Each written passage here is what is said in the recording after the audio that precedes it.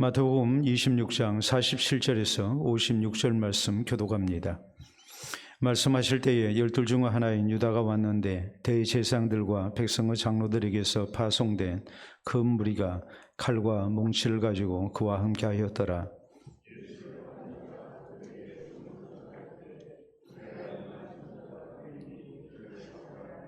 곧 예수께 나와 랍비여 안녕하시옵니까 하고 입을 맞추니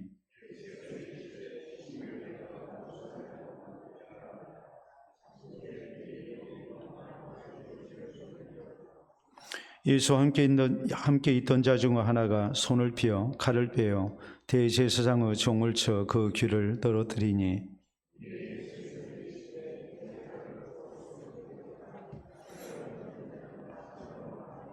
너는 내가 내 아버지께 구하여 지금 12군단 더 되는 천사를 보내시게 할 수 없는 줄로 아느냐?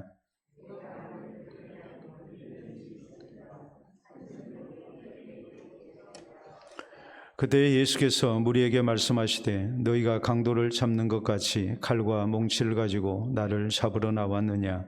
내가 날마다 성전에 앉아 가르쳤으되 너희가 나를 잡지 아니하였도다.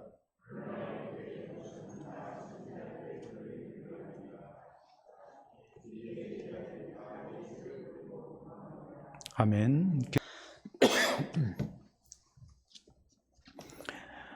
오늘 마태복음 강의 129번째 시간입니다. 우리가 자주로 듣는 말 가운데 이제 위기 관리라는 말이 있습니다.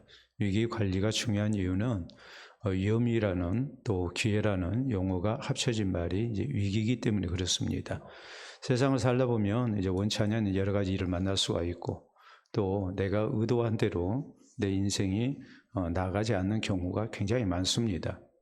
굉장히 준비하고 또 노력을 했지만 이상하게도 일이 꼬이게 되고 또 예상치 못한 그런 여러 일을 만나게 되거든요.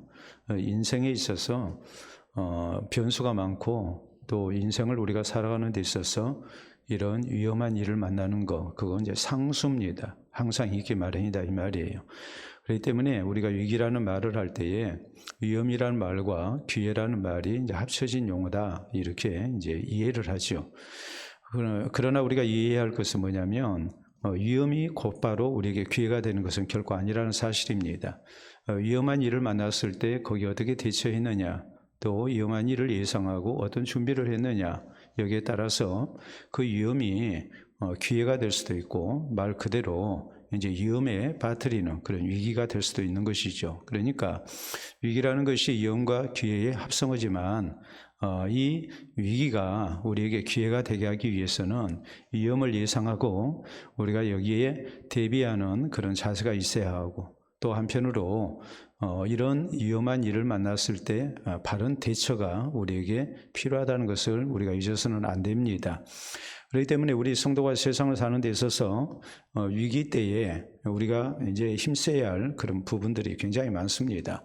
우리가 위기를 얘기할 때 위기 관리라는 말을 많이 씁니다. 마찬가지로 우리가 위기를 어떻게 관리해야 될 것인가, 우리 성도에 있어서는 신앙 관리가 필요하고 또 우리의 영혼 관리가 또 필요할 수밖에 없거든요. 그리고 이런 때 우리가 자기 관리를 잘해야 우리가 신앙을 지키는 사람이 될 수 있고 이런 위기 속에서 우리의 신앙이 더욱 성숙되고 또 하나님께서 사랑하시는 그런 사람으로 우리가 인정을 받을 수가 있습니다. 말 그대로 우리가 위기를 만났을 때 신앙적인 대처를 잘 함으로 말미암아 이것이 우리에게 신앙 성숙의 기회가 될 수 있고 또 하나님이 인정하시고 사랑하시는 사람, 이런 귀한 하나님의 은총을 누리는 기회가 될 수 있다. 이것을 우리가 잊어서는 안 되겠습니다. 우리는 지난 시간에 우리 예수님께서 제자들과 함께 겟세마네 동산에서 기도하신 일에 대해서 말씀을 살폈습니다. 그때 우리 예수님은 제자들에게 이렇게 말씀하시죠. 너희는 여기 앉아 있으라. 또 예수님 말씀하십니다. 너희는 깨어 있으라. 이 말씀의 의미는 예수님께서 기도하시는 모습만 구경하고 있으라, 이런 의미는 결코 아니었거든요. 너희도 나처럼 기도하고 깨어 있어야 된다. 그렇게 예수님이 말씀하신 이유는 이후에 닥칠 일 때문에 그러신 겁니다. 우리 주님은 십자가 지실 일을 두고 말씀하시기를 내가 내가 심히 고민하여 죽게 됐다. 이렇게 말씀을 하실 정도로 이것은 예수님의 공생의 사역을 놓고 볼 때에 굉장한 위기였습니다. 이런 위기를 앞두고 우리 예수님께서는 제자들에게도 깨어있어 기도할 것을 말씀을 하십니다. 왜냐하면 예수님께서 얼마 후에 원수들에게 잡히실 텐데 예수님만 잡히고 예수님의 위기로만 끝나는 게 아니고 이것은 제자들에게도 큰 위기가 될 것이기 때문에 우리 예수님은 여기에 대해서 특별하게 당부를 하시고 또 예수님 기도하시다가 오셔서 제자들이 잠든 것을 보시고 안타까워하시며 말씀을 하시죠. 시험에 들지 않게 깨어있어 기도하도록 해라. 너희가 마음은 원이로되 육신이 약하도다. 이렇게 말씀하시고 저희를 깨우시고 했지만 결국 제자들은 이제 우리 주님처럼 기도하지 못했고 그래서 결국 위기관리에 실패하고 신앙관리에 실패해버린, 그리고 자신들은 굉장한 장담을 했지만 결국에 자기 관리에도 실패한 그런 안타까운 모습을 보이고 맙니다. 말 그대로 위기가 기회로 끝나는 게 아니라 위험한 일로 끝나고 말았다는 말이에요. 반면에 우리 예수님은 어떻게 기도하십니까? 아버지가 내 원대로 하지 마시고 아버지 뜻대로 되기를 원하나이다. 이렇게 우리 예수님께서는 기도를 하셨고 또 땀이 땅에 떨어지는 빗방울처럼 우리 예수님은 간절히 오래도록 밤새워서 이렇게 기도를 하셨습니다. 그래서 하나님의 은혜로 무장하셨고 다음 대의 십자가를 향해 나아가시는, 다시 말하자면 위기 가운데서 승리하시는 이것이 하나의 기회가 되는 이런 결과를 얻으셨습니다. 자, 이런 대조적인 결과를 우리가 생각하면서 오늘 성경 말씀은 이제 당시 벌어졌던 일, 이 대조적인 결과가 어떤 모습으로 전개됐는가, 이것을 우리에게 말씀을 하고 있는 겁니다. 예수님이 말씀하신 대로 12제자 가운데 한 사람이 가룟 유다가 예수님을 팔았습니다. 그래서 군병들이 이끌고 와서 예수님을 겟세마네 동산에서 이렇게 체포합니다. 이때 제자들은 다 도망갔습니다. 위기 때에 너무나도 서로 간에 대조적인 모습이 나타나고 말았습니다. 우리는 옥에도 같이 가고 죽는데도 가겠습니다. 모두가 다 같은 얘기를 했지만 결국 예수님과 제자들의 모습은 너무나도 대조적인 모습으로 끝나고 말았다는 사실이에요. 그렇기 때문에 우리의 신앙생활 속에서 우리에게도 여러 가지 위기가 찾아올 텐데 이런 위기 속에서 우리가 모든 이 위기를 신앙적으로 잘 감당하고 우리의 신앙이 더욱 성숙되는 기회가 되게 하기 위해서 오늘 우리에게 필요한 신앙의 자세, 물론 우리가 지난 시간에 살핀 대로 시험에 들지 않게 깨어있어 기도하는 것 우리에게 필요합니다. 그러나 또 한편으로 위험한 일을 만났을 때, 위기를 만났을 때 그 현장에서 우리에게 필요한 신앙의 자세가 무엇인가, 이것도 또한 우리에게 필요한 일 아니겠습니까? 다시 말하자면 우리가 마음속에 굳게 다짐하고 결심했다고 해서 다 되어지는 것이 아니고 분명히 현실은 우리의 생각대로 되어지지 아니한다는 것을 우리가 생각하면 신앙의 문제에 있어서 정작 그 현장에서 어떤 일을 우리가 위험한 일을 만났을 때, 위기를 만났을 때 우리가 가져야 할 신앙의 자세가 뭔가, 이걸 우리가 분명하게 알고 이것을 통해서 우리가 잘 대처하고 나아가는 그런 성도로 준비가 돼야 된다는 사실입니다. 자, 그러기 위해서 오늘 성경 말씀 첫째는 이 가룟 유다의 배신에 대해서 말씀을 하고 있습니다.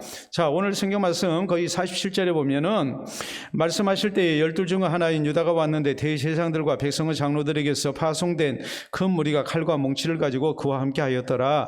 말씀하실 때라는 말은 우리 예수님께서 겟세마네 동산에서 이렇게 이제 기도하시고 그리고 45절 46절 말씀을 이제 하셨단 말이에요. 그때 예수님 하시는 말씀이 이제는 자고 쉬라. 보라 때가 가까이 왔으니 인자가 죄인의 손에 팔리느니라. 일어나라 함께 가자. 보라 나를 파는 자가 가까이 왔느니라 하고서 예수님께서 말씀하시고 난 다음에 이제 가룟 유다가 이렇게 군병들이 이끌고 이제 온 거예요.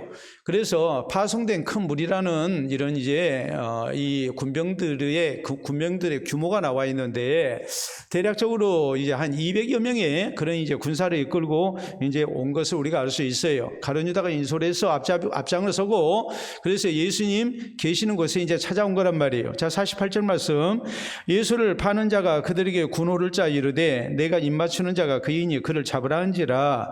자, 예수를 파는 자는 가룟 유다지요. 군호를 짰다고 했습니다. 군호라는 것은 이제 군인들이 주고받는 이제 일종의 신호예요. 약속이에요. 그래서 군호를 짜는 이유가 뭐냐면 지금 깊은 밤이거든요. 뭐 가로등이 있고 하는 그런 시대가 아닙니다. 더구나 올리브 나무가 이제 또 많이 있지요. 또 당시 사람들의 복장은 뭐 패션을 따라서 각기 다르게 입었던 것이 아니고 거의 다 비슷한 옷을 복장 차림이었다는 것을 알 수 있어요.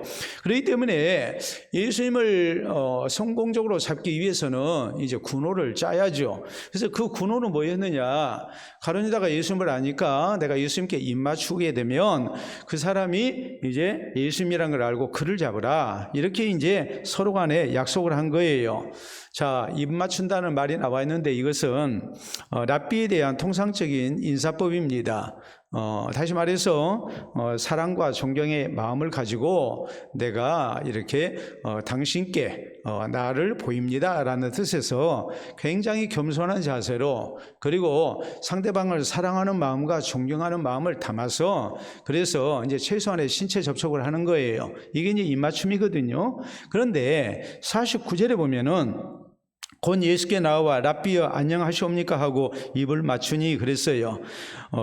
군인들에게 들리게 지금 얘기를 하는 겁니다. 그리고 입을 맞추는 거예요. 그러니까 군인들에게 듣도록 하고 또 입을 맞춰서 예수님이 누구신가를 누구를 잡아야 하는지를 분명하게 신호를 보내고 있는 거예요. 자, 여기 입을 맞췄다라는 말이 나오는데 통상적으로 입 맞추는 것은 이쪽 밤 한 번 저쪽 밤 한 번 그래서 이제 2번 하는 거거든요. 우리가 이제 허그를 하게 되면 되게 이제 그런 식으로 하지 않습니까? 근데 원문 성경에 이 입을 맞췄다라는 말에 카타필레오라고 이렇게 기록이 돼요. 이 카타필레오라는 말은 계속해서 입 맞췄다는 걸 얘기를 해요. 그러니까 군병들이 예수님이 어디 누군가 그것을 확실히 알 수 있도록 계속 신호를 보내는 거예요. 모든 군인들이 볼 수 있도록. 그래서 계속 이렇게 입을 맞췄다는 것을 말하거든요. 더구나 지금 가룟 유다가 예수님께 나와서 랍비여 안녕하시옵니까? 라고서 카타필레오를 했다. 계속 입을 맞췄다. 이렇게 했을 때 이것은 상당한 결례에 해당이 됩니다. 왜냐하면 제자가 랍비에게 먼저 이렇게 입을 맞출 수가 없어요. 우리가 예법이라는 게 그렇지 않습니까? 손 아래 사람이 손 위에 사람에게 먼저 인사를 합니다. 손 위에 있는 사람이 손 아래 사람에게 먼저 인사를 하지는 않아요. 인사는 그렇게 해요. 근데 악수는 어떻게 하느냐? 악수는 손 아래 사람이 먼저 손을 내밀질 않아요. 악수는 누가 먼저 손 내밀어야 합니까? 윗사람이 먼저 손을 내미는 거예요. 그러면 아랫사람이 비로소 악수를 하는 거예요. 우리 아이들이 예를 들어서 이제 교회에 온 아이들이 어른들 하는 그 흉내를 내기 위해서 애들이 그런 때가 있잖아요. 제가 교인들하고 이렇게 악수를 하면 아이들 딱 와가지고 저한테 손을 딱 내미는 경우가 있습니다. 그건 예쁘잖아요. 그건 귀엽잖아요. 그런 경우야 우리가 제가 다 손잡아주고 머리 쓰다듬어주고 합니다. 쓰다듬어주고 합니다만은 아무래도 예법이라는 것이 있는 법인데. 손 아래 사람이 손이 있는 사람에게 먼저 손을 쑥 내밀고 악수합시다 이렇게 얘기를 하게 되면 이건 굉장한 결례가 되는 법이에요. 마찬가지예요. 랍비와 제자 사이에서도 랍비가 먼저 이렇게 안고 입을 맞추는 것이지 제자가 먼저 하는 법이 아닙니다. 근데 오늘 성경 말씀 보면 지금 가룟 유다는 군호를 주고받는 가운데 지금 예수님을 잡기 위해서 이렇게 아주 빈틈없이 자신들이 나눈 군호대로 지금 신호를 지금 계속 보내고 있는 거예요. 가룟 유다의 이런 모습은 예수님에 대한 모욕적인 행위고 굉장한 배신 행위가 됩니다. 근데 예수님이 지금 그걸 모르신 게 아니거든요. 다 아시거든요. 우리가 45절, 46절에 있는 말씀대로 보라 하면서 나를 파는 자가 가까이 왔다. 예수님이 이렇게 말씀을 하셨어요. 모르신 게 아니에요. 그러면서 예수님은 지금 일부러 지금 잡히시는 거란 말이에요. 근데 가룟 유다의 그런 행위를 보면 굉장히 괘씸하죠. 그래야지 않겠습니까? 얼마나 그 배신적인 행위가 예수님의 마음에 걸리고 분노를 일으키겠습니까? 근데 우리 예수님께서 거기 이어지는 50절에 보면 이렇게 말씀을 하십니다.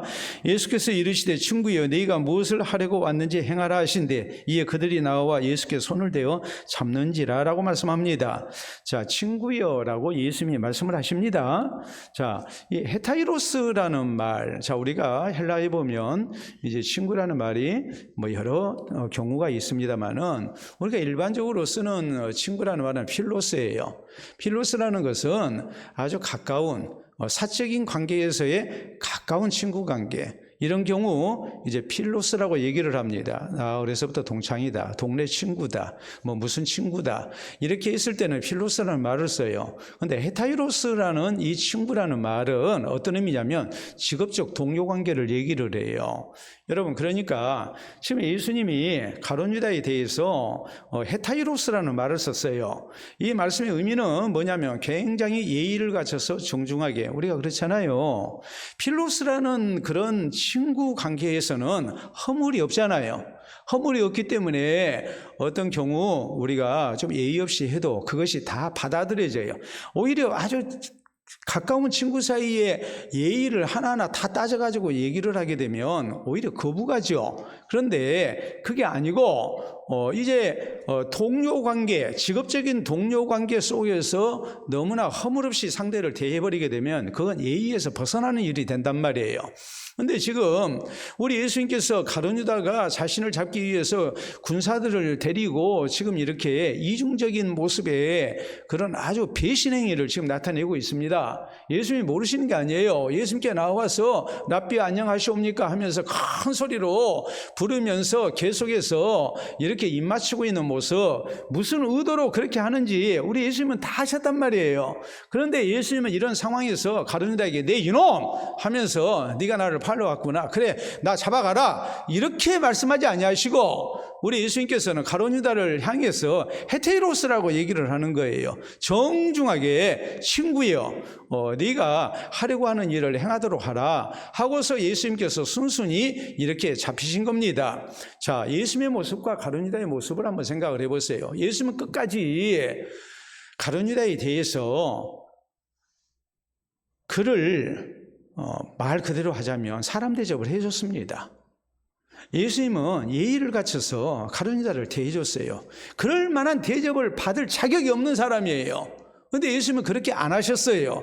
반면에 가룟 유다는 이중적으로 예수님을 지금 배신하고 있는 겁니다. 이런 이중적 행위 속에서 예수님을 지금 팔아 넘기고 있는 겁니다. 그가 굉장히 예수님에 대한 사랑과 이 존경을 담은 듯한 그런 말투와 또 행동을 했지만 그것은 다 거짓된 것이었고 예수님을 팔기 위한 하나의 수단이었음을 우리가 생각하면 그의 배신 행위가 얼마나 잘못된 것인가라는 것을 우리가 충분히 알 수 있죠. 자, 여러분, 우리가 이 사실 속에서 계기할 일은 뭐겠습니까? 예수님을 향한 우리의 신앙의 자세가 항상 진실해야 된다는 사실이에요. 우리가 사람을 대할 때도 그래요. 이중적으로 대하게 되면 결국에는 우리의 관계가 어찌 되겠습니까? 진실된 관계가 성립이 될 수가 없죠. 우리가 위기의 때에 우리의 신앙을 바로 지키는 하나님의 백성이 되려면 항상 언제 어디서나 우리가 하나님을 향한 이중적인 모습이 아닌 진실된 모습의 그런 신앙의 자세가 우리에게 있어야 된다는 사실이에요. 여러분, 성경에 다니엘이 나옵니다. 자, 다니엘이 만약에 아무 사람이나 신에게 기도를 하면 사자굴에 던져 넣겠다라는 왕명이 이렇게 공포가 됐을 때 우리가 성경을 보면 자, 앞으로 한 달 동안이에요. 근데 다니엘은 어떻게 했습니까? 전에 하던 대로 그 시간이 되면 그 장소에서 그리고 예루살렘으로 향한 창문을 활짝 열어놓고 지금 이 왕명이 자기를 잡기 위한 그런 대적자들의 음모라는 사실을 다 알면서도 전에 하던 대로 똑같이 그는 변함없는 모습으로 자신의 신앙을 이렇게 드러내고 있는 겁니다. 그러니까 가룟 유다가 이 다니엘이 위기의 순간에 신앙을 지킨 거예요. 하나님을 향한 진실성이 변치 않았기 때문에, 만약 다니엘이 이중적인 그런 모습을 가졌다면 위기 때에 신앙을 지킬 수가 없겠죠. 다니엘의 세 친구도 마찬가지예요. 자, 느부갓네살 왕이 만든 신상에 절을 해라. 절하지 아니하는 자는 뜨거운 풀무불에 넣어서 다 화형에 처하겠다. 자, 지금 이렇게 왕명이 내렸습니다. 그걸 거절했습니다. 그리고 이제 잡혔습니다. 느부갓네살 왕이 회유합니다. 한 번만 절해라. 그러면 내가 너희가 지금까지 이렇게 불복종한 거에 대해서 내가 다 덮어주겠다. 이렇게 제안을 하지만 이 세 사람은 뭐라고 말을 합니까? 하나님 우리를 구원해 내실 겁니다. 그렇게 하지 아니하실지라도 우리는 왕이 만든 신상에 절할 수 없습니다. 그 한 번도 못 합니다. 하나님을 향한 신앙이 진실한 거예요. 이중적이 아니었어요. 그러니까 뭐 합니까? 그 신앙을 지켜나가는 거예요. 우리가 위기의 순간에 자꾸 신앙이 성숙되는 기회가 되지 못하고 자꾸 위험 속에 빠져버리는 이유, 신앙을 팔아버리는 그 이유가 무엇인가 했을 때에 그건 환경의 문제라기보다는 하나님을 향한 우리의 진실성의 문제예요. 거기에서 우리의 신앙이 결정이 되고 마는 거예요. 우리의 선택이 결정이 돼요. 여러분, 영어 가운데 이런 용어가 있습니다. 프레넘이라는 말이 있어요. 프레넘이라는 말은 이제 이것도 합성어예요. 프렌드라는 말과 그다음에 에너미, 그러니까 친구라는 말과 그다음에 적이라는 말, 이게 합쳐져서 프레넘이라고 돼 있어요. 근데 프레넘이는 뭐냐라고 했을 때에 친구처럼 보이지만 실질적으로는 친구가 아닌 경우를 프레넘이라고 얘기를 해요. 여러분 생각해 보십시오. 그 특징이 뭐겠습니까? 자기에게 유리할 때는 아주 친근하게 대해요. 그런데 내가 저 사람 가까이 해봐야 별 도움이 안 된다 싶을 때는 모른 채예요. 이게 프레넘이에요. 네? 친절을 가장한 진짜 친구가 아닌 경우. 여러분 예를 들어서 그런 경우 많이 있잖아요. 청첩장 나러 왔습니다. 근데 1년 동안, 2년 동안, 3년 동안 한 번도 전화 한 통 하지 않고 연락 안 했던 사람이 갑자기 청첩장을 보냈어요. 그런 경우 있습니까? 없습니까? 있죠. 예? 요새 젊은 사람들은 그런 경우 가차없이 뭐 하겠습니까? 손절한다고 그럽니다. 딱 잘라버립니다. 내게 유리할 때만 가까이 해요. 그리고 내게 도움이 안 된다 싶으면 멀리하는 거예요. 이게 프레넘이에요. 근데 우리의 신앙생활이 그런 경우가 참 많거든요. 우리가 이제 국제관계를 얘기할 때 또 기업하는 사람들이 전략적 동반관계라는 말을 많이 씁니다. 사실 서로 경쟁업체인데 전략적으로 같이 가는 경우가 있어요. 이런 경우는 상호 이익이 가능할 때 전략적인 동반관계를 이렇게 취하는 겁니다. 근데 프레너미는 상대방을 이용해 먹는 거예요. 철저하게 나 자신만 생각하는 거예요. 아주 이기적인 그런 관계를 얘기하는 거예요. 우리가 그렇잖아요. 서로 간의 관계를 맺을 때 서로 주고받는 것이 있어야 하고, 오는 정이 있으면 뭐도 있어야 되고 가는 정도 있어야 되고, 그래야 좋은 인간관계가 형성이 되잖아요. 근데 그렇지 않고 상대방 이용만 해먹으려고 하면, 자기 이익만 챙기고 하면 어떻게 그런 사람을 가까이 할 수 있고 내 마음을 줄 수 있겠습니까? 안 되는 거죠. 근데 하나님과의 관계도 마찬가지예요. 우리 주님과의 관계도 마찬가지예요. 성경 에베소 6장 24절에 말씀합니다. 우리 주 예수 그리스도를 변함없이 사랑하는 모든 자에게 은혜가 있을지어다 그랬거든요. 변함없는 사랑, 변함없는 진실이 있어야 돼요. 근데 이게 없다 보면 우리의 신앙이 자꾸 이중적으로 흐르게 되면 우리는 위기의 순간에 위험에 빠지고 말아요. 신앙을 지키지 못하는 위험에 빠지게 되는 거예요. 주님을 버리게 되는 거예요. 신앙을 버리는 거예요. 그러나 우리가 위기의 순간에 모든 위험을 무릅쓰고 우리가 주를 향한 진실함을 지키게 되면, 그 진실됨 속에서 바른 신앙을 우리가 취하는 그런 선택을 하게 되면 그 위험은 우리에게 기회로 다가오는 겁니다. 하나님이 더 사랑하시는 사람이 돼요. 하나님께 우리의 신앙을 인정받아요. 또 하나님의 은혜를 체험하고 우리의 신앙이 성숙되는 기회를 우리가 얻을 수가 있어요. 가룟 유다처럼 이중적인 그런 모습의 신앙의 모습이 우리에게 나타나지 않도록 해야 합니다. 항상 변함없는 모습, 어떤 상황에서든지 주님을 향한 진실함을 지키고자 하는 신앙의 자세, 이것이 있어야 우리가 신앙의 위기, 이 상황 속에서 우리의 신앙을 지키고 하나님이 더욱 사랑하시는 하나님의 사람, 신앙이 성숙되고 또 하나님의 은총을 덧입는 그런 기회를 얻는 성도가 될 수 있다는 것을 우리 모두 기억할 수 있기를 바랍니다. 다음 두 번째로, 오늘 성경 말씀은 이 상황 속에서 예수님이 어떻게 하셨는가, 특히 우리 예수님의 온유하심에 대해서 우리에게 말씀을 전하고 있습니다. 자, 50절 말씀 봅니다. 예수께서 이르시되 친구여 네가 무엇을 하려고 왔는지 행하라 하신데 이에 그들이 나와 예수께 손을 대어 잡는지라. 예수님이 다 알고 계셨거든요. 그러면서 잡히세요.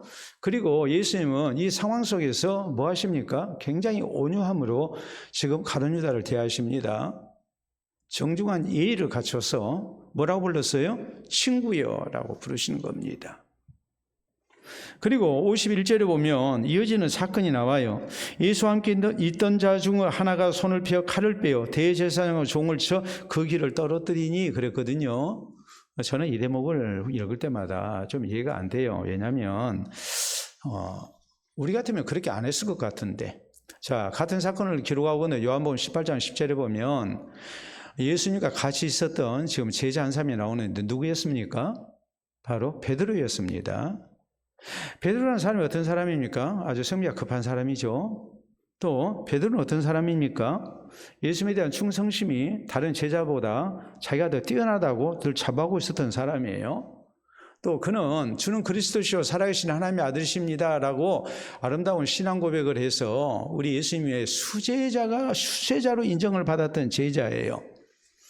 더구나 우리 예수님께서 나는 다른 사람은 다 주를 버릴지라도 난 버리지 않겠습니다, 이렇게 얘기를 했을 때 오늘 밤 다 울기 전에 네가 3번 나를 부인하게 될 것이다. 아니 주님 절대 그런 일 없을 겁니다 라고 장담을 했던 제자거든요. 자신의 변절에 대한 경고를 받았어요. 그러니까 그것을 부인하기 위해서라도 뭐 해야 되겠습니까? 뭔가 다른 제자들과는 차별화된 모습을 보여야 돼요. 그래서 칼을 빼가지고 귀를 하나를 잘라냈어요.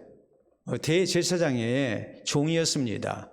이 사람은 이름이 뭐였습니까? 말고였습니다. 말고라는 제자였어요. 그런데 제가 이 대목이 이해가 되지 않는다는 것은, 여러분 정말 그 상황을 우리가 맞이했다면, 내가 칼을 가지고 있다면 대제사장의 종이 물론 예수님을 잡으려고 오니까 그 종을 쳤다라고 우리가 생각할 수도 있는데, 누구를 공격을 하는 것이 제일 좋겠습니까? 이 배신자 놈 같으니라고 하면서 누구? 가룟 유다를 뭐 죽이든지 그냥 뭐 팔을 하나 잘라내든지 뭐 그랬으면 좋았을 것 같다는 생각이 들어요. 지금 가룟 유다가 예수님을 지금 배신했잖아요. 아, 이놈이었구나. 그런 생각 속에서 제일 첫 번 공격의 대상으로 삼아야 할 사람이 가룟 유다라고 생각을 하면 좋았을 텐데, 베드로는 아무튼 그렇게 하지 않았습니다. 대제사장의 종 말고의 귀를 이렇게 베버렸습니다.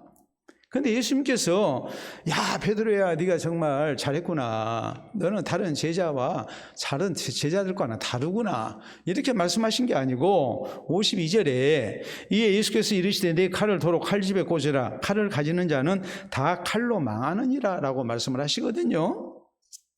우리 예수님께서 오히려 베드로를 뭐 하십니까? 책망하신 거예요. 누가복음 22장 51절 같은 내용의 말씀을 보면 이것까지 참으라 그러거든요. 너 이래서는 안 된다. 너 네 마음은 내가 알겠다마는 이것도 참아야 된다. 그리고 말고의 귀를 만져서 낫게 하셔서 그 떨어진 귀를 다시 붙여주셨단 말이에요. 그리고 예수님이 하시는 말씀이 뭐냐면은 칼을 가진 자는 다 칼로 망하느니라 그랬어요.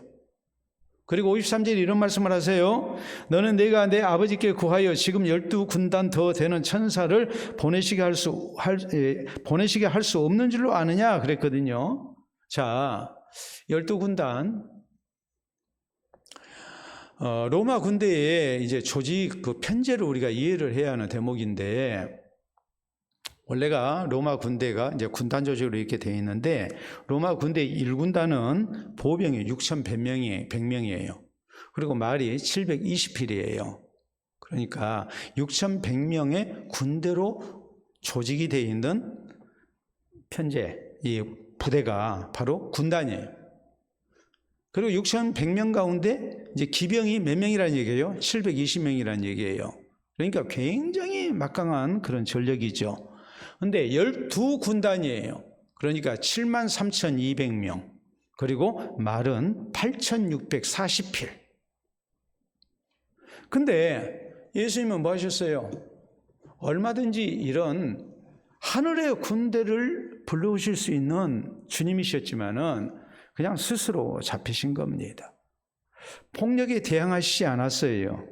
온유함 가운데 무저항주의로 나가신 거예요. 제자 베드로와는 전혀 다르게 대응을 하신 거예요. 우리가 우리의 신앙에 있어서 위기를 만난 때가 언제일까요? 자, 성경을 읽다가 위기를 만난 때는 언제라고 그럽니까? 창세기부터 다 읽다가 언제 위기를 만난다고 그래요? 레이기에서. 레이기가 내 위기입니다. 재미가 없어가지고 그 대목 읽다가 그냥 주저앉거든요. 예? 그 앞에 창세기 50장 또 출애굽기 40장 잘 읽었어요. 근데 레이기 오면 레이기는 27장밖에 안 되는데 뭐 한 서너 장 읽다가 너무 재미가 없어요. 그래서 나중에는 그냥 주저앉아 버려요. 그래서 레이기가 내 위기다 이렇게 얘기를 하는데요. 예? 우리가 신앙생활하면서 언제 제일 위기를 많이 만날까요? 여러분은 언제 위기를 많이 만날 것 같아요? 내 속에서 분노가 일어날 때, 혈기 부릴 때, 그때 우리가 위기를 많이 만나죠. 여러분, 우리가 예를 들어서 뭐 세상에 어떤 큰 잘못을 저질러 가지고 우리의 신앙에 위기가 찾아오지는 거 아니에요. 그래서 위기가 찾아온 게 아니고 참아야 할 때 뭐 하지 못해서? 참지 못해서. 그냥 말이 잘못 나가서. 그런 일 때문에 날마다 회개해요. 예? 날마다 회개하잖아요. 하나님, 오늘도 내 입술에 파수꾼을 세워주세요. 예? 혈기 부리지 않게 하시고, 분노를 잘 다스리게 해주시고, 그리고 은혜되는 말만 하게 해주세요 하고 했는데, 결국은 말이라는 게 인격이고 우리의 신앙의 표현이기 때문에 우리가 참아야 할 상황에서 참지 못해가지고 그냥 말이 그냥 좀 거칠게 나와버리면 씁쓸해 하잖아요. 내가 이것밖에 안 되는구나. 오늘 또 내가 뭐 했구나? 무너졌구나. 안타깝잖아요. 우리 성도의 신앙의 위기, 가장 많이 찾아오는 위기가 언제냐? 내가 참기 힘든 때예요.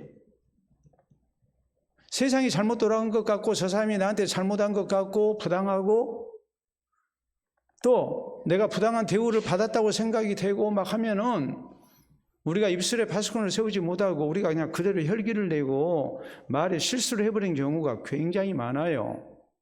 아마 우리 그리스도인들이 제일 많이 넘어지는 것이 아마 그걸 거예요.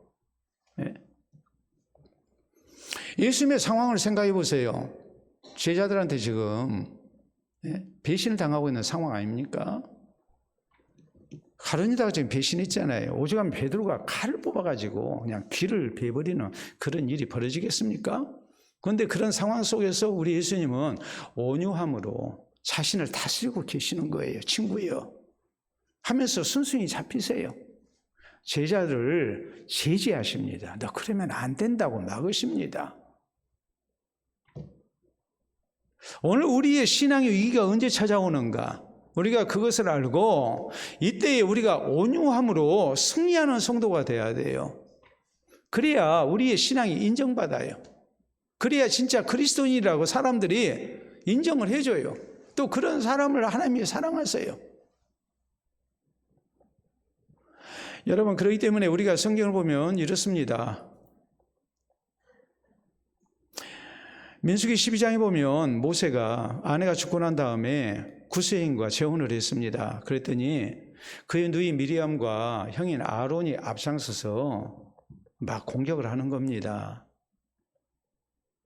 어떻게 저런 이방 여인과 결혼했느냐 하고서 막 했겠죠. 근데 여러분, 이미 애굽에서 나왔을 때 같이 나온, 우리가 성경에 보면 수단 잡족이 같이 했다 그랬거든요. 많은 이방 민족들이 이스라엘 공동체 안에 들어왔어요. 이미 그들도 할례를 받고 유월절 예식에 참여하고 그리고 같이 출애굽을 한 사람들입니다. 하나님의 백성입니다. 근데 미리암과 아론이 아무래도 자기 동생이 이스라엘의 지도자가 됐고 자기들은 그 지시를 받아야 하는 입장이 좀 마음에 안 들 수가 있어요. 그래서 그런지 그냥 막 모세를 공격을 하는 거예요. 근데 이런 말을 들었을 때 모세는 딱 참습니다. 그 대목을 성경은 뭐라고 기록을 하냐면 모세는 온유함이 모든 지상의 모든 사람보다 더 나았다. 온유한 사람이었다. 여러분, 온유라는 말은 어떤 의미냐 했을 때에 자기 자신을 잘 다스리는 것을 온유라고 그러거든요.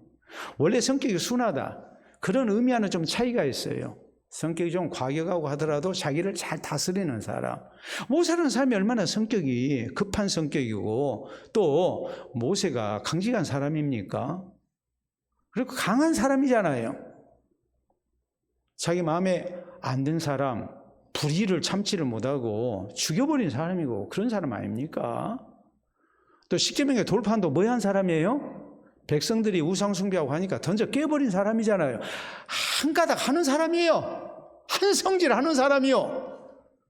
그런데 자신에 대한 직접적인 공격을 당하면서도 그것도 가족으로서 오히려 변호해줘야 할 사람이 형과 누나가 그러한데 그냥 푹 참잖아요. 그걸 성경은 온유함이 이 지상의 모든 사람보다 더 나은 사람이었다. 여러분, 다윗이라는 사람을 놓고 보면 그는 군인 출신입니다. 이런 다윗이 사울왕의 그런 악행, 또 자기가 위기에 빠지는 그런 여러 가지 어려운 일들, 이런 일을 만날 때 또 시므이라는 사람에게 아주 온갖 모욕을 당하는 그 상황, 아들의 반란 때문에 지금 피난길에 오르지 않았습니까? 근데 네가 우리 집안에 사울왕을 죽이고 그 왕위를 차지하더니 이 꼴 날 줄 알았다. 하나님이 너한테 뭐 하는 거다? 네? 지금 징벌한 거다 하면서 막 그런 애먼 소리를 하고 할 때 얼마나 화가 나겠어요. 네? 근데 다윗은 뭐 합니까? 그걸 다 참죠. 상대하지 않습니다. 다윗이 그렇게 했던 이유는 뭐냐면 이 모든 일을 누가 다 하세요? 하나님이 아신다. 하나님이 아신다고 믿었기 때문에 하나님께 맡기고 참는 거예요. 자, 우리가 흔히 얘기할 때 인도 독립의 아버지 간디를 얘기할 때 간디가 300년 이상 영국의 식민지로서 고생했던 이 인도의 독립을 위해서 운동을 할 때 그때 취했던 방법은 무기를 들고 싸우는 게 아니었습니다. 우리는 간디의 이 평화적인 투쟁을 뭐라고 얘기합니까? 무저항주의라고 얘기를 하거든요. 비폭력 무저항주의라는 말을 씁니다. 근데 이 말에 굉장히 오해가 많아요. 어떤 식으로 생각하냐면 그냥 주어진 환경 그대로 그냥 받아들인 거. 이것이 바로 비폭력 무저항주의다라고 이렇게 얘기를 합니다. 간디의 투쟁 방법은 비폭력 무저항주의가 아니에요. 간디의 투쟁 방법은 비폭력 저항주의예요. 폭력을 쓰지 않고 불복종 운동을 벌린 거예요. 저항한 거예요. 우리가 자꾸 비폭력 무저항주의라고 이렇게 얘기를 하니까 이걸 제일 많이 이용해 먹었던 사람들이 누구냐면 바로 일제강점기 때에 시사참배한 목사님들이 제일 많이 써먹었어요. 시사참배하면서 했던 말이 뭐였냐면 간디는 비폭력 무저항주의를 택했습니다. 야, 우리가 그냥 시킨 대로 합시다. 이런 말도 안 되는 주장을 했거든요. 자기를 합리화했거든요. 근데 간디가 했던 것은 그게 아니에요. 비폭력 무장주의가 아니라 비폭력 저항주의예요. 불복종 운동이에요. 무기를 안 들고 그냥 저항하는 겁니다. 영국 사람들의 명령에 복종하지 않는 겁니다. 싸우지 않을 뿐이지. 그래서 간디는 이런 얘기를 했어요. 스스로 정의와 진리를 위해 고난을 감수하여 적대자의 회심을 촉구하는 운동이다 그랬어요. 같이 대항을 안 하는 겁니다. 대신에 비폭력적인 방법으로 저항을 하는 거예요. 스스로 고난을 감수하는 거예요. 진리와 정의를 위해서. 그리고 상대방과 같아지지 않기 위해서 노력하는 거예요. 그 과정을 통해서 적대자의 회심을 촉구하는 거예요. 그리고 두 번째로 간디가 강조했던 것은 이것이었어요. 비폭력을 믿는 사람은 살아있는 신을 믿는 사람이다 그랬어요. 우리 그리스도인으로 얘기하자면 누가 살아계시기 때문에?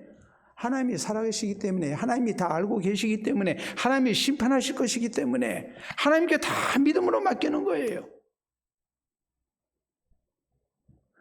우리에게 분명히 위기의 순간이 와요. 내 성질이 앞설 때가 있어요. 그러니까 우리가 그래버리잖아요. 하나님 잠깐만 참아주십시오. 그리고 내가 그냥 나서버리거든요.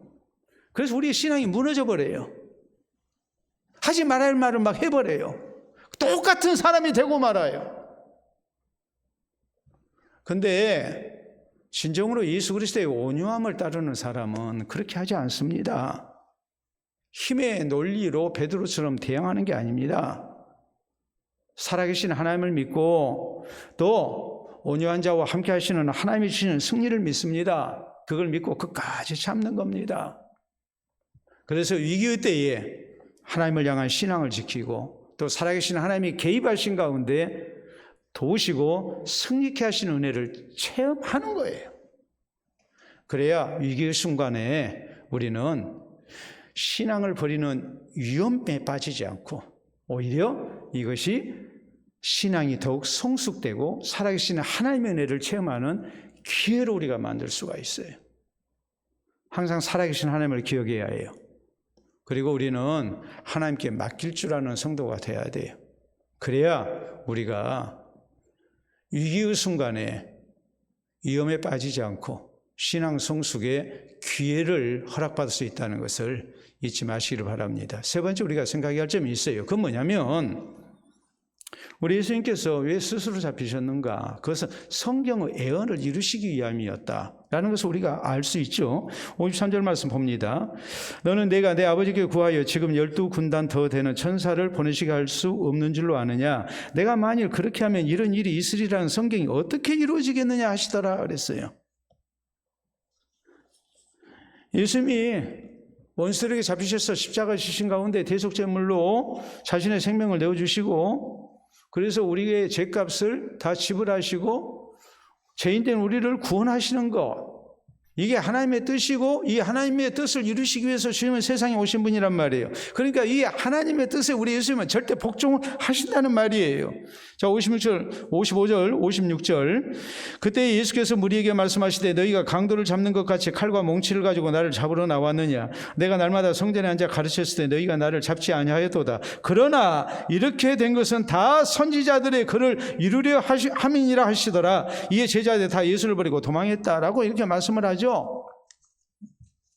성경의 예언을, 선지자들이 남긴 예언을 그대로 성취하기 위해서 지금 이 사건이 벌어지고 있는 거다. 우리가 위기를 만났을 때 우리가 가져야 할 신앙의 자세, 우리에게 필요한 것이 뭐겠습니까? 과연 이 상황 속에서 어떻게 하는 것이 하나님의 뜻인가라는 거예요. 하나님의 뜻을 절대적으로 믿고 우리가 그 뜻에 복종하기를 힘쓰면 우리의 신앙을 지킵니다. 그리고 하나님께서 함께 하시는 은혜를 우리가 덧입습니다. 근데 우리는 어떻게 합니까? 내 형편 따라서 어쩔 수 없었다고 불순종하고 합리화하죠. 그러다 보니까 우리가 위기의 순간에 우리의 신앙을 잃어버리는 거예요. 자, 욥이 엄청난 재난을 당했습니다. 근데 욥이 믿었던 것은 무엇일까요? 이것은 우연히 일어난 일이다. 이건 하나님이 잘못하신 일이다. 그런 식으로 생각하지 않습니다. 주신 이도 여호와시요 거두신 이도 여호와시오니 여호와 이름이 찬송을 받으실지로다. 이게 다 하나님이 하신 일이다. 하나님이 하신 일이라고 생각하니까 받아들여지는 거예요. 불평이 없는 거예요. 반면에 욥의 아내는 뭐라고 그럽니까? 당신 이래도 하나님 앞에 순전함을 지키겠는가? 온전함을 지키겠는가? 그런 하나님 믿을 필요 없다. 하나님 욕하고 죽어버려라. 우리가 세상 살다 보면 분명히 위기를 만나죠. 그런데 하나님이 불공평합니다. 하나님이 잘못했습니다. 이렇게 생각하면 우리가 어떻게 신앙을 지켜나가겠습니까? 근데 하나님은 살아계시고 하나님은 공평하신 하나님이시고 하나님은 의로우신 하나님이시고 하나님이 우리의 생사복을 주장하시는데 일도 하나님이 허락하신 일이라고 생각하면 우리가 위기의 순간에서도 신앙을 지키는 거예요. 다윗을 생각해 보세요. 자, 시므이가 저주합니다. 그러니까 부하장군이 아비새가 내가 저자를 건너가서 죽여버리겠습니다. 명령만 내려주십시오라고 허락을 요청할 때, 그럴 때 다윗이 했던 말은 이것입니다. 나 둬라. 저거 다 누가 시켜서 하는 일이다? 하나님이 그리하라고 하신 것이다. 하나님이 시키신 일이다. 그냥 나 둬라. 하나님께서 나중에 이 악을 선으로 갚아주실 것이다. 하나님을 굳게 신뢰하는 거예요. 하나님의 뜻을 가장 소중하게 여긴 거예요. 그리고 그것을 그대로 받아들이는 거예요. 하나님 원망 안 해요.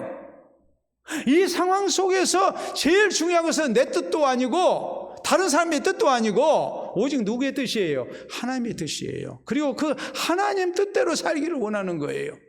그러니까 신앙을 지키는 거죠.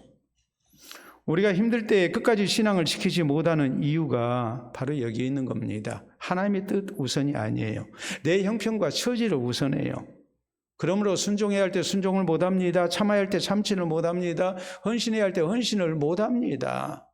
결국 신앙에 위험을 우리가 당하고 마는 거예요. 전투기 조종할 때 버티고 현상이라는 게 있습니다. 버티고라는 말은 바로 현기증, 어지럼증이라는 말이거든요. 조종사가 비행할 때 일으키는 착각 현상을 얘기를 해요. 조종사가 바다에서 이렇게 비행 훈련을 하면 그냥 이렇게만 날아가는 게 아니고 배면 비행이라는 걸 합니다. 뒤집어서도 하고 이렇게 뒤집기도 하고 막 해요. 근데 그렇게 막 하다 보면은 하늘과 바다가 구분이 안 돼요. 하늘도 파랗고 바다도 파랗고. 그래가지고 어느 순간 착각이 딱 와버려요. 하늘을 향해서 지금 날고 있는데 자기 생각에는 바다로 들어가는 것 같아요. 그러니까 조종관을 올려버립니다. 근데 실제적으로 자기가 하늘이라고 생각했던 것은 어디예요? 바다예요. 그래서 바다에 추락을 해요. 지난 10년 동안 우리나라에서 전투기 추락 사고가 25건 있었어요. 그 가운데 5건, 그러니까 20%가 이 버티고 현상 때문에 나타난 비행사고였어요. 조종사들이 그렇게 훈련을 받아도 순간적으로 착각을 해버려요. 버티고 현상에 대한 훈련도 받습니다. 교육도 받습니다. 그런데 정작 그 상황에서 그런 실수를 하고 죽어요. 그래서 조종사들에게 수없이 강조하는 게 있어요. 내 느낌을 믿지 말고 내 판단을 믿지 말고 뭐만 믿어라? 계기판을 믿어라. 내 느낌에는 바다로 가는 것 같은데 계기판은 하늘로 가고 있다고 하면 그 계기판을 믿으라는 거예요. 우리 성도가 위기의 순간에 신앙을 지키기 위해서 우리에게 필요한 것이 무엇인가? 그건 다른 게 아니고 하나님의 말씀을 믿는 거예요. 하나님의 말씀대로 사는 거예요. 하나님의 말씀에 순종하는 거예요. 그러면 우리가 신앙을 지켜요. 그리고 하나님께서 인정하시는 하나님의 사람이 되고 하나님이 사랑하시는 사람이 되고 하나님의 도우심을 체험하게 되고 우리의 신앙이 한 단계 성숙되는 기회를 얻게 되는 거예요. 근데 우리가 자꾸 내 형편을 앞세우고 내 판단을 앞세우고 그러다 보면 결국에는 우리의 신앙이 추락하고 맙니다. 그리고 신앙을 잃고 말아요. 그러므로 사랑하는 성도 여러분, 우리가 언제 어디서나 어떤 상황에서든지 예수님처럼 하나님의 말씀에 순종하고자 하는 그런 신앙의 자세가 있어야 돼요. 하나님의 말씀에 순종하고자 해야 우리가 신앙을 지키는 거예요. 다른 데 있지 않아요. 사람의 판단이나 내 형편 이런 여러 가지 것들이 내가 하나님 말씀대로 살면은 안 될 것 같아도 우리는 하나님 말씀에 순종해야 해요. 그런 사람이 신앙을 지키고 하나님 사랑하시는 사람이 될 수 있다는 것을 명심하시기를 바랍니다. 놀레스라는 사람이 이런 시를 썼습니다. 슬픔과 기쁨이라는 제목의 시인데요. 우리가 한번 그 시 가운데 한 대목을 보도록 하겠습니다. 기쁨은 함께 누리지만 슬픔은 홀로 흐느낀다. 가나에는 많은 손님이 있었지만 겟세마네에는 한 사람뿐이다 라는 시입니다. 가나는 어디입니까? 예수님께서 최초로 표적을 나타내신 현장이죠. 혼인잔치에서 물을 가지고 포도주를 만드셨습니다. 가나 혼인잔치에 많은 사람이 있었습니다. 겟세마네 동산에 예수님은 혼자 계셨습니다. 가룟 유다가 배신했습니다. 가룟 유다만 배신했습니까? 베드로를 위시한 다른 제자들도 다 예수님 버리고 도망갔습니다. 예수님은 혼자 계셨습니다. 제자들이 한순간 같이 있었다 한들 저희는 예수님과 같은 신앙의 모습을 갖지는 못했습니다. 여러분, 분명히 우리의 신앙생활에 위기의 순간은 찾아오게 되어 있습니다. 항상 우리가 순탄한 신앙생활을 하는 게 아니에요. 여러 가지 사건을 만나게 되고 여러 환경 속에 우리가 노출될 때가 있습니다. 그때마다 우리가 가져야 할 신앙의 자세가 무엇일까요? 이런 위기 속에서 우리가 위험에 빠지지 않고 신앙 성숙의 기회에 살아계신 하나님의 은혜를 체험하는 기회에 또 하나님이 사랑하시는 사람으로 우리가 인정받을 수 있는 그 기회가 되게 하기 위해서 우리에게 필요한 신앙의 자세가 뭐겠습니까?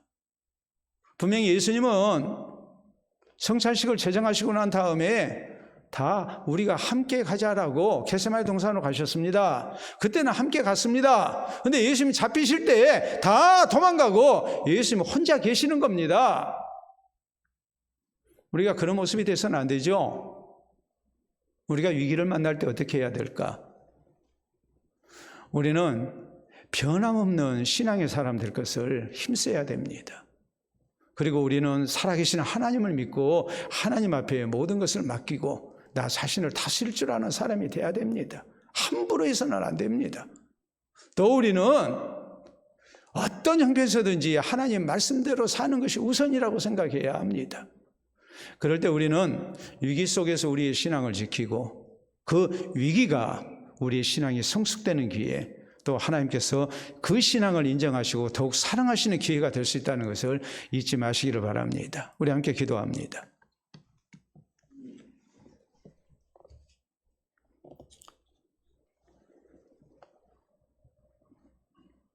우리에게 나타난 여러 가지 신앙의 위기 속에서 기도로 준비해야 된다는 것은 당연합니다. 그러나 기도했다고 해서 또 모든 것이 다 순탄하게 되는 것은 결코 아닙니다. 위기의 순간에 더 진실된 신앙의 자세가 있어야 되고 위기의 순간에 우리는 살아계신 하나님을 신뢰하며 온유함을 지켜나가야 됩니다.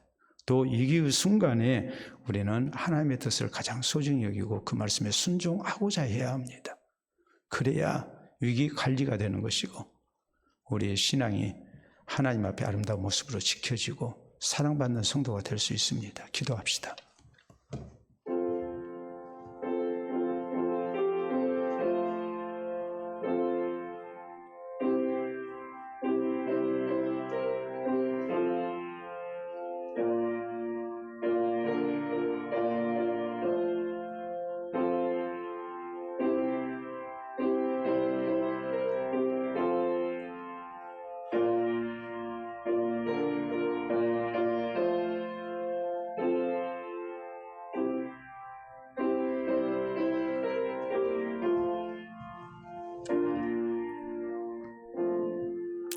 참으로 좋으신 우리 아버지 은혜를 감사합니다. 자주로 넘어지는 우리들을 주께서 긍휼히 여기시고 오늘 또 믿음의 자리에 주를 섬기는 자리에 또 주의 말씀을 따라 살고자 하는 자리에 우리 있도록 해주시니 감사합니다.